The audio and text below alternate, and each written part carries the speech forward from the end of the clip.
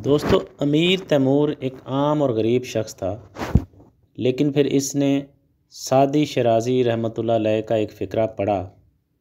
सादी शराज़ी ने लिखा, इंसान को दुनिया में बेतहाशा इल्म हासिल करना चाहिए और बेतहाशा दौलत कमानी चाहिए। सादी शराज़ी का कहना था, इंसान को दौलत इसलिए कमानी चाहिए कि दुनिया परस्त लोग आपको हकीर समझकर मुस्तरद ना कर सकें, और इल्म इसलिए हासिल करना चाहिए कि आप ख़ुद को आलमों में कमतर महसूस ना करें।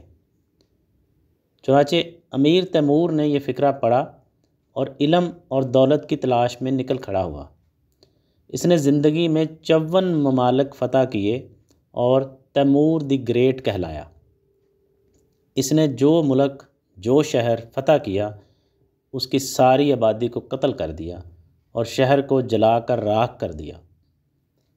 मगर जब वो शिराज़ पहुंचा तो इसने सादी शराज़ी के उस एक फ़िक्रे के सदक़े पूरे शहर को अमान दे दी।